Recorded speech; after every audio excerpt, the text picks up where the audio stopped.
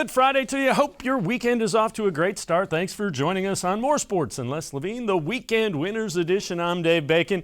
Hasn't always been pretty, but the Browns are 5-2 as they get ready for the Las Vegas Raiders coming into town, and the Browns should have a decent chance at becoming 6-2 as they go into the bye week. There have been some ups, there have been some downs. Running game has come and gone. Baker Mayfield had a great game, and the Browns pulled out a win at the last second against the Cincinnati Bengals a week ago. Now they're getting ready for the Las Vegas Raiders. Jon Gruden, the head coach. Quarterback is Derek Carr, and Carr has really started to play well in his third season under Jon Gruden. He's developed a sense of where he is in the pocket. He's making plays with his arms as well as with his legs and is developing into a threat at the quarterback position. You know, it's something we've talked about that since Coach Gruden got here, and I think finally now a lot of completions outside the pocket on scramble drills, me running for first downs and things like that, multiple first downs in games.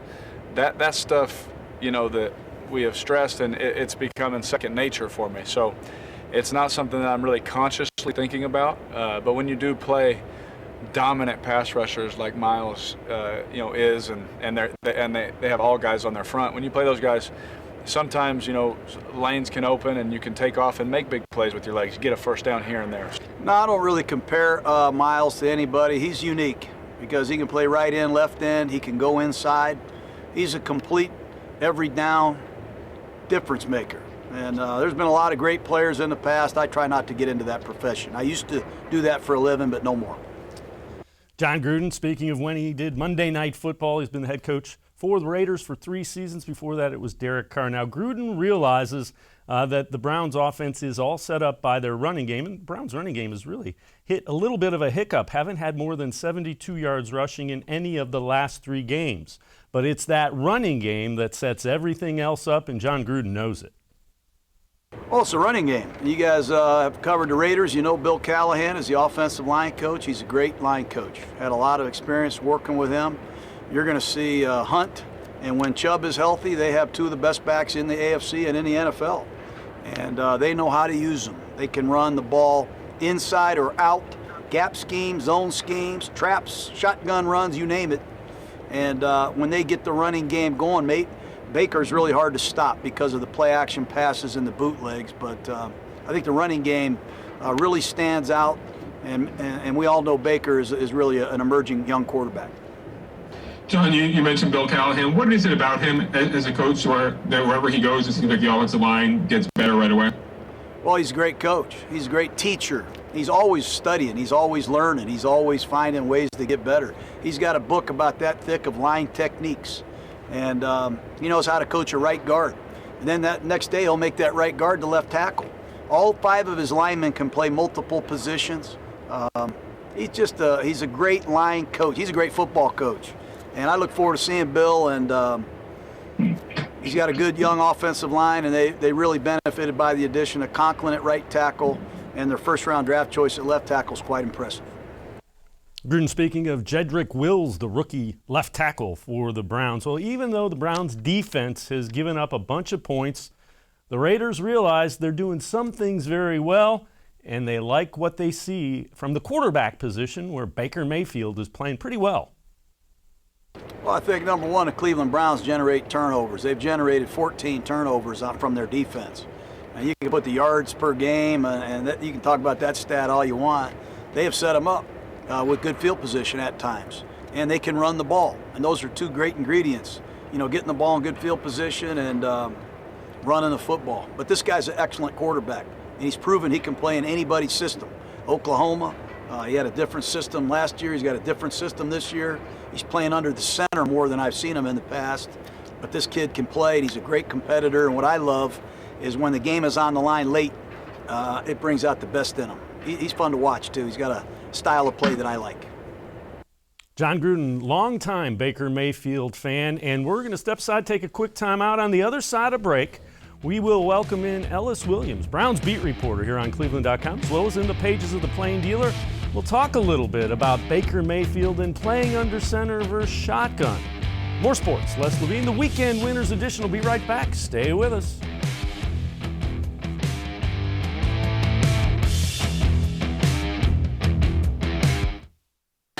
Presque Isle Downs and Casino has sports betting. Use one of our 50 state-of-the-art Bet America kiosks to place your bet and watch your favorite games on one of our many HD televisions or visit our sportsbook area. Only at Presque Isle Downs and Casino.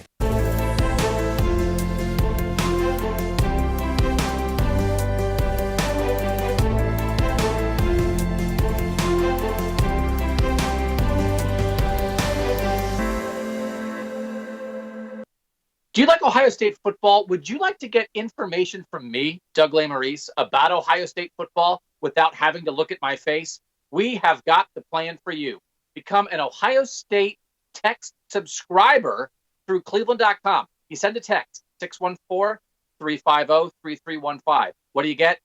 2, 3, 4 texts right in your phone every day about Ohio State football. Inside information, polls, voting, all kinds of things. You can be on our podcast. We take text subscriber questions on our Buckeye Talk podcast every week. If you really want to be involved with Ohio State football, in season or out of season, become an Ohio State text subscriber from cleveland.com. Send a text to 614-350-3315. 14-day free trial. What do you have to lose? $3.99 a month after that. 614-350-3315. I'll see you in your phone.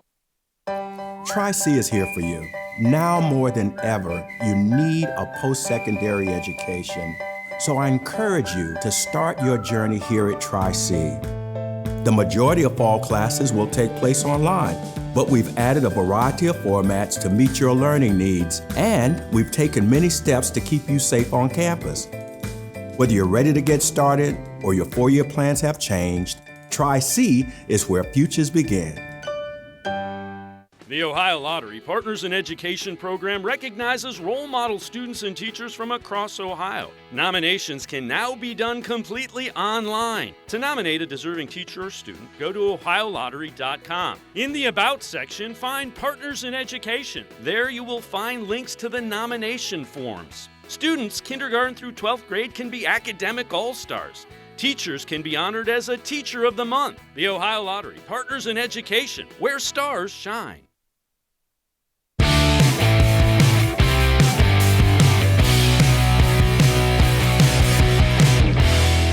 More sports and less Levine. The weekend winners edition continues. I'm Dave Bacon.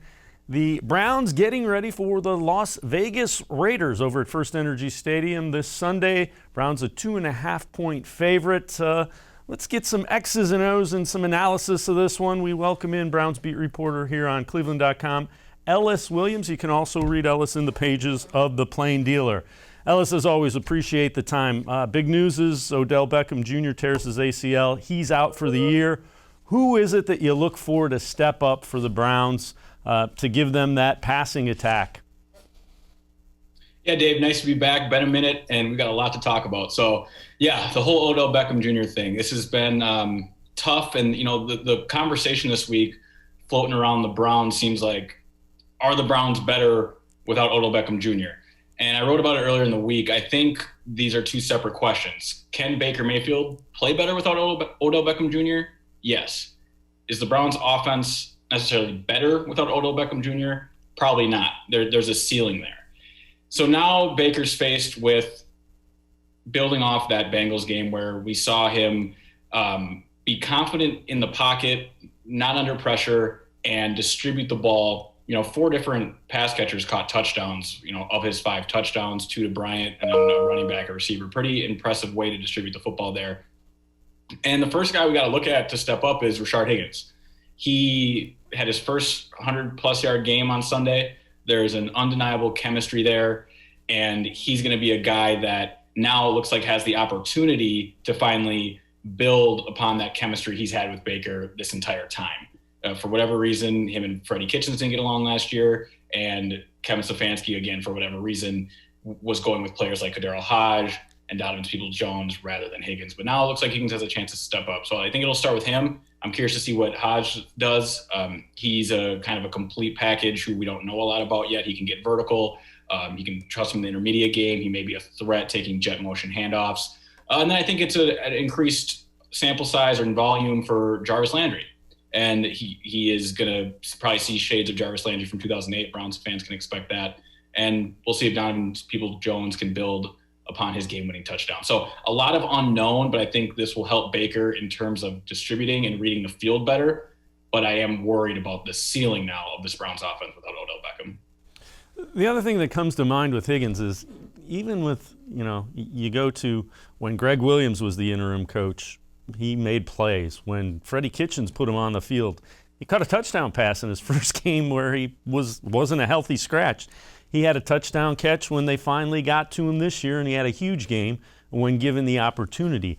It's just kind of a head-scratcher. It really seems like Baker Mayfield has confidence with him and that Higgins knows where to be for that security blanket that Baker Mayfield needs. Yeah, and in addition to that, he also is just a playmaker. When the moments are brightest, he comes and makes these big catches. You mentioned what happened last year. He caught that game winner versus Buffalo. I believe he had one catch, and it was the game-winning touchdown. And then that grab he had to set up the Donovan Peoples-Jones score, that's a catch of the year candidate. And I don't think nationally enough people are talking about that. That's as professional and as difficult a catch as you'll see in this league. The way he opened his hips up, high-pointed the ball, pirouetted his left shoulder around, and then leaves the ground and completes the catch. The ball doesn't bounce away from his body or anything like that. It was spectacular. And it's starting to seem like Higgins is just a playtime maker. He just goes out there, and when you need something, he can get it. And those type of guys don't necessarily show up in practice. And maybe that's what was going on with Kevin Stefanski and this Browns offense and this regime at first. But some guys just run a little faster than their 40 shows when they get those pads on and the fourth quarter starts. And some guys just know how to go make plays, get open, and secure the catch. And right now, that's Higgins for this offense. And it's going to be really fun to see him finally get this opportunity and perhaps level up in the way that, say, a guy like Wyatt Teller has this year. I use that term level up, where you can't predict when players are going to take that next step. For Teller, it was the combination of a running game, an offensive line coach and Bill Callahan, and probably a really nice offseason of work from him that brought the right guard, being a question mark for the Browns, to a strength. And now possibly that could be happening with Rashard Higgins. He could level up and become that sort of go-to receiver in big moments that the Browns are desperately going to need now. You bring up Wyatt Teller. That's a guy that has missed a couple of games, and probably they list him as doubtful again this week with that calf. Hasn't practiced.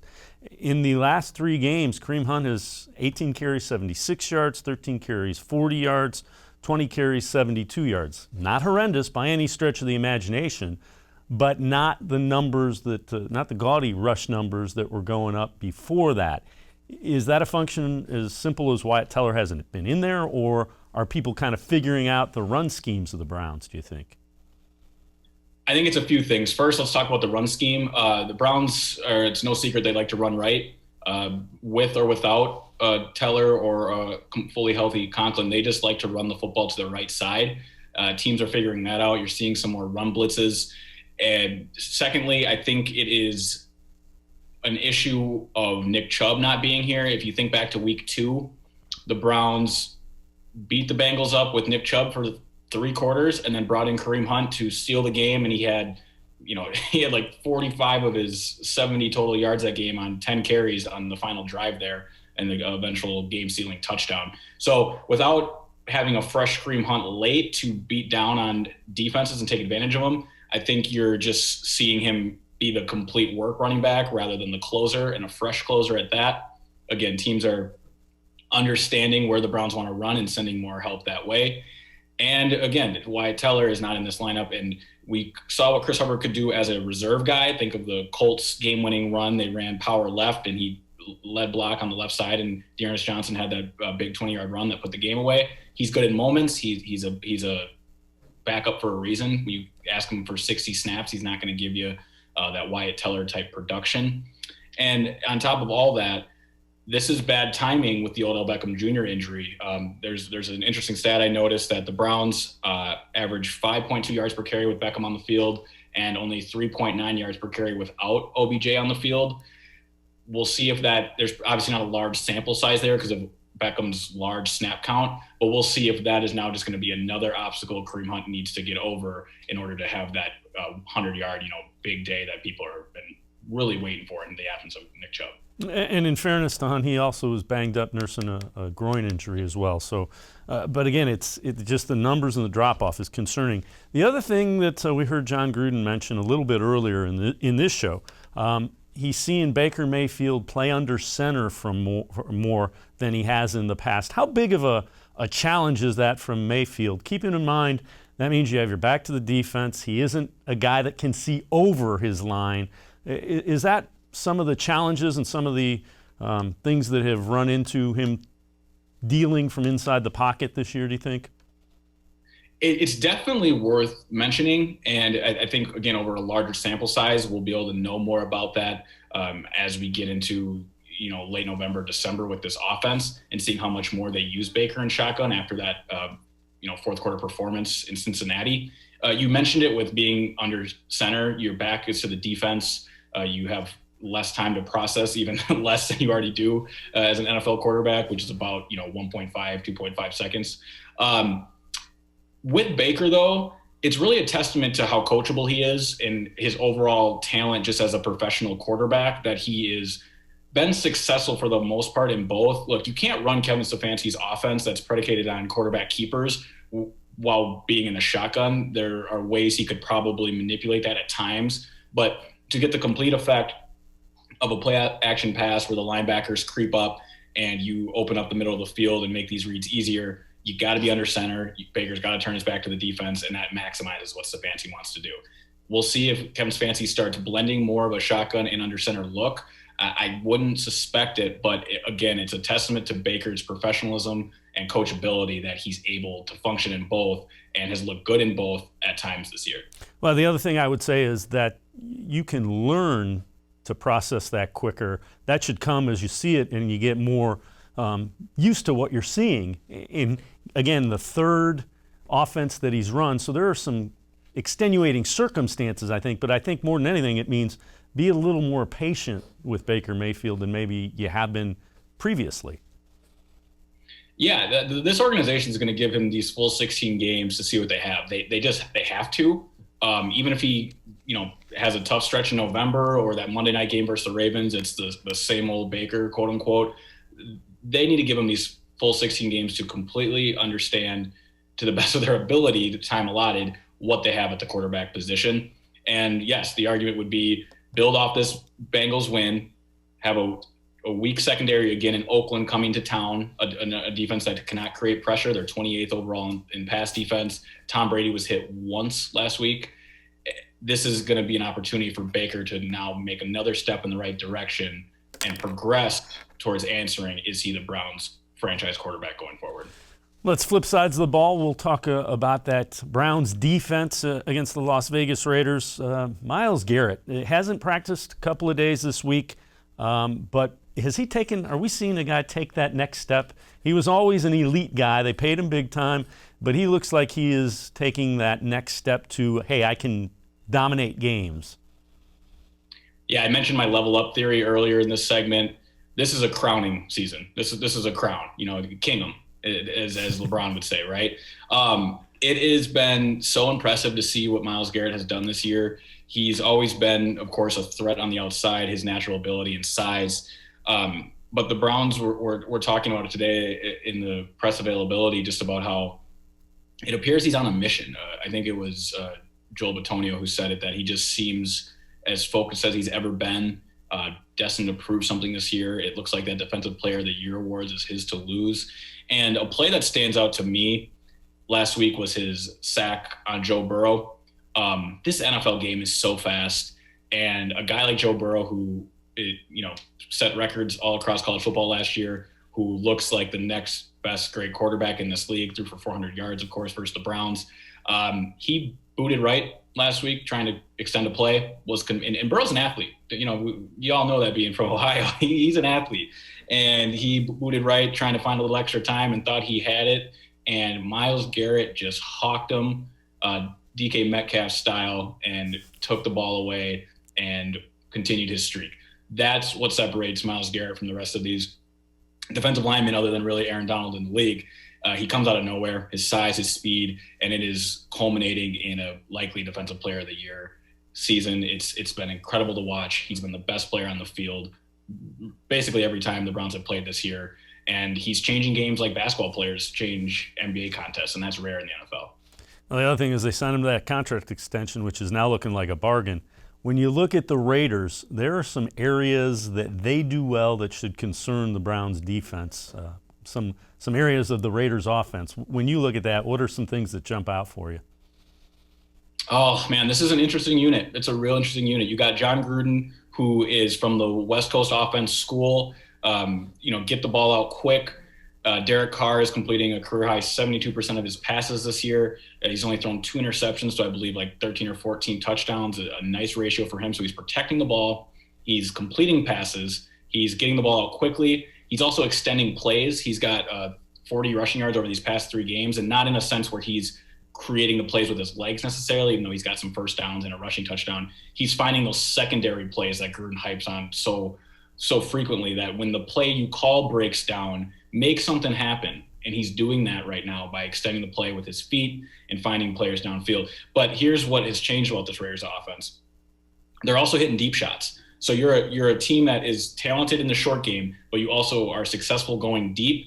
The Raiders have completed 6 of their last 10 deep shots over the past 2 weeks. Over the first 4 weeks, they only took 10 deep shots in total. Part of that had to do with Henry Ruggs being out. But the point of that stat is they are now transforming into also a deep ball team with Nelson Aguilar, Henry Ruggs. And I just spent about 90 seconds there not even mentioning their all-pro tight end, Darren Waller, had 12 catches on Monday Night Football in week 2. He's 6'6", 240, a converted wide receiver. He's a mismatch wherever he is on the field. And that is one of the now 3 or 4 things the Browns have to worry about. They've got a running back in Josh Jacobs, who is a bell cow guy, 20 carries a game. The Raiders' offensive line's a little beat up, which may neutralize this matchup. Man, it's a complete Raiders offense that has beaten the Saints and beaten the Chiefs. This is going to be no easy contest on Sunday. And the Browns' defense continues to struggle with tight ends. And so Waller against that and physical backs, which Jacobs is. So those are 2 areas that don't equal what Browns fans really want to hear. Yeah, no, that's the truth. And I'll add this. If Myles Garrett, who's been hurt, is even below 75% or doesn't play for some reason, this defense is going to be likely torn apart by what we just mentioned. A Darren Waller, tight end body, and an inability to get pressure on Derek Carr. Because though there's been some moments for the secondary, a turnover-predicated team, Joe Burrow just put up 400 yards on him, man, and it's hard to stop that if you can't create pressure. All right, what do you feel? What do you get a sense for this game as we look at this? What do you think happens in this one, Raiders and the Browns over at First Energy? Yeah, this has been a tough one. I write a preview story every Sunday night, Monday morning, and in that I predict the game, the early line, and I took the Browns at first. But, man, as I've been thinking about this and reading, it sounds like Trent Brown, the Raiders' right tackle, is coming back, so that'll help them. They're not going to be healthy at guard. But here's where I'll go with this, and it's coach speak, but I'm worried about the Browns' energy coming out in this game. Teams that come off emotional highs like Cleveland did last week, a game-winning touchdown to beat an in-division rival, tend to come out flat the week after. And let's say that doesn't happen. Let's say Kevin Stefanski gets these guys ready. You also have to realize no Odell Beckham Jr., no Austin Hooper, and still no Nick Chubb, and likely no Wyatt Teller. Those are some of the Browns' best players and playmakers, mind you. That sounds like a tall task for Baker Mayfield to overcome. So when you just say those things out loud, it's like, oh man, you could see this being a trap game in a way for the Browns. And they just get to the bye week, and then this is a completely different offense after the bye week, assuming Nick Chubb comes back, Teller's healthy. They can start figuring out more of who they are without Odell Beckham Jr. So that was a long way of me saying I think Oakland wins this one. I think it will be close, but I don't think the Browns have the firepower to keep up, and I think this has trap game potential, unfortunately. I think everybody's going to be going, you always say this, I think whoever wins the turnover battle wins this game, because neither of these defenses is going to stop the offense consistently. But if the Browns defense can take the ball away more than Baker and the offense give it away, I think that's the difference in this. We're going to step aside, take a quick time out. Ellis Williams will stay with us on the other side of the break. The trade deadline is coming up. It's Tuesday. We'll see some names to listen out for, trade targets for the Cleveland Browns. More sports, Leslie. In the Weekend Winners edition will be right back. Stay with us.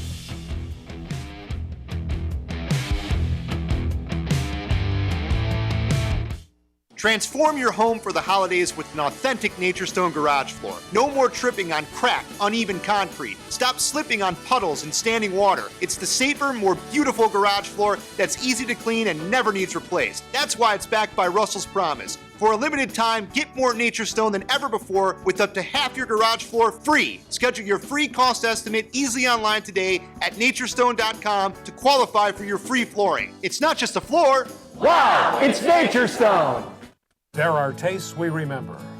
Every smell brings the happiness of times gone by. Experience this every time you walk into Gallucci's Italian Foods. Whether you need lunch on the go, a catered party, or that perfect blend of wine, meats, and cheeses, Gallucci's has exactly what you're looking for. Straight from Mama's kitchen for old world traditions or original experiences. From the tastes you remember to new flavors you'll never forget. Gallucci's is a tasty branch of your family tree.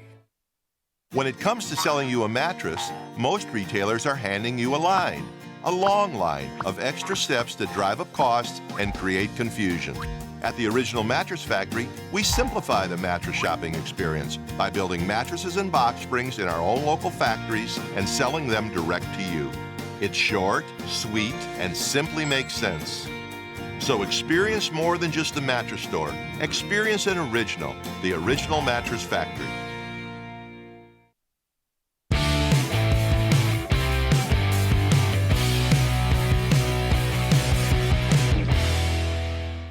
Welcome back to More Sports and Less Levine, the Weekend Winners edition. I'm Dave Bacon. The NFL trade deadline is Tuesday, and as always, Kevin Stefanski, Andrew Berry, and the Browns always looking to see what they might be able to do to improve this team. Let's welcome back in Browns beat reporter here on cleveland.com, Ellis Williams. Ellis, when you look at this, who are some names to listen out for as that trade deadline comes upon us Tuesday? Right. Well, let's start with positions, right? So let's identify, imagine being Andrew Berry. You look at your roster every morning, you're like, all right, where do we need help? Well, we just lost Odell Beckham Jr., so wide receiver may be a little thin. This team's been looking for linebackers since Berry took the job, really. So linebacker is still a question mark. And since the Delpit injury, there really hasn't been overall improved safety play. Ronnie Harrison has been playing well, but there's also been injuries. Carl Joseph banged up at times. And Sendejo, who stays on the field, it just keeps getting beat. So from receiver to linebacker to safety, I'll give you a few names. Will Fuller is one that's been floating around out there. The Texans are going nowhere, and he's going to be a free agent next year. So perhaps the Texans can get some picks back that they don't have, frankly, after the whole Bill O'Brien fiasco, trading away with some seems like all their farmhouse picks there. And they might want to get some back there, and the Browns need a guy who stretches the field in a way Will Fuller does. All that guy does is score touchdowns, but he's banged up a lot. So that's one name to watch. Miles Jack, linebacker in Jacksonville. The Jags are willing to get rid of their young assets, whether it was Jalen Ramsey a few years ago, and the Browns got Ronnie Harrison from him before the season started. So that's a name that is you can watch who may, whether it's the Browns or not, may be moved in general. And then the Vikings and the Browns have this long-term connection rooted from 16 years of Kevin Stefanski being in Minnesota. And they've got a safety named Anthony Harris who is playing on the franchise tag. And he doesn't seem like the Vikings have much plans to sign him long-term, and their season is going nowhere. And that could be a piece that could help the Browns fill a void that could get Sendejo off the field and maybe make up for this Delpit injury. So I think those are the positions to watch. And then specifically, those are three names that would make sense in Cleveland if this was Madden. And I figure we're probably going to get to what that means a little bit. Yeah, you acquire Harrison and you can't just acquire a guy and plug him in and say, hey, go play in our system. So is there some, because Stefanski knows the Vikings and knows the personnel there, he probably has a little bit better feel for who might fit. Do you think that makes them a more likely trade partner? It does. I would say if there was any one trade that I would put a favorite on, it would be anything involving the Vikings. Again, just with a familiarity there. Sendejo came over from Minnesota and hasn't come off the field.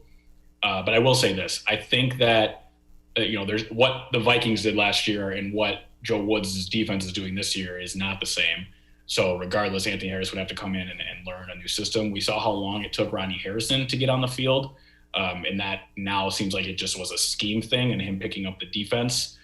And that's what makes this difficult. You're halfway through your season and you're going to bring in guys who need to pick something up on the fly for a year in which you're not knowing you're not going to win the Super Bowl, and guys that want contracts. You make these trades, you're essentially guaranteeing them money because signing someone or trading for someone on a half-year rental doesn't make sense for any team that isn't competing for a Super Bowl this season.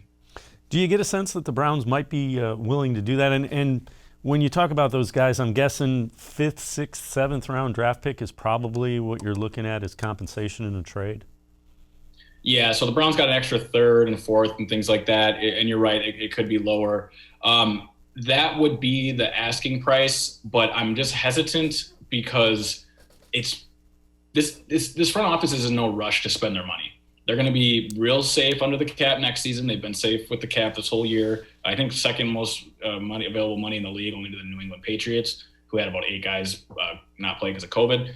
And I think this front office would like to remain flexible going forward rather than tying up, say, 12, 13 million to a linebacker like Miles Jack, or 10, 11, 12 million to a safety, in which they have a rookie safety coming back next year, most likely, in Grant Delpit, that they want to see what they got there. So I just don't see the urgency in gaining a defensive player, even though that's where they need the most help. Because of the body count, I think they need a receiver most, depending on what Donovan Peoples-Jones can be. But I'll say this, once Austin Hooper's back healthy, I suspect Harrison Bryant will be used as he was early in the year, a tight end / receiver, and this Browns offense will be a 2 tight end, Jarvis Landry, Rashard Higgins, top of their lineup type team, rather than bringing in a new player to now learn a new offense and whatnot. So I think that there are things the Browns are exploring, but whether it's a lack of desire to commit money on the defensive side or them being content with the young pieces they have offensively, I don't anticipate a match happening. Is it a matter of the defense is kind of what it is, and they realized this was going to be the year where if we're going to win, we're just going to have to outscore people? Yeah, outscore people and create turnovers, like you said. And I think they are at peace with what this defense is. I think that they're excited that Ronnie Harrison is developing into every down player for them. That touchdown-saving tackle on Tyler Boyd last week was really as impressive as it gets at safety. I thought he was scoring, and somehow Ronnie grabbed him. He's graded out in the high 70s and 80s these past 2 weeks on PFF. And I just mentioned Grant Delpit. So, that when you're thinking, when Andrew Berry sits in his office, you think 1 foot in the door of today and 1 foot in the future, and they can play the long game here. There's no rush necessarily.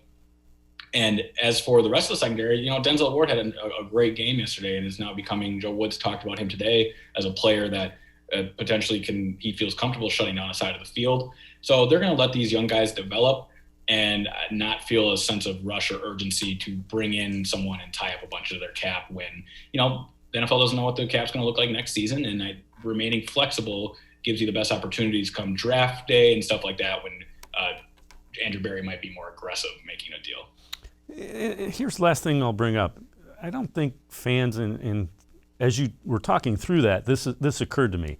They haven't had Nick Chubb for a portion of the season. They haven't had Austin Hooper. They haven't had Wyatt Teller. Conklin's been banged up. You haven't had Grant Delpit at all. Mack Wilson was banged up.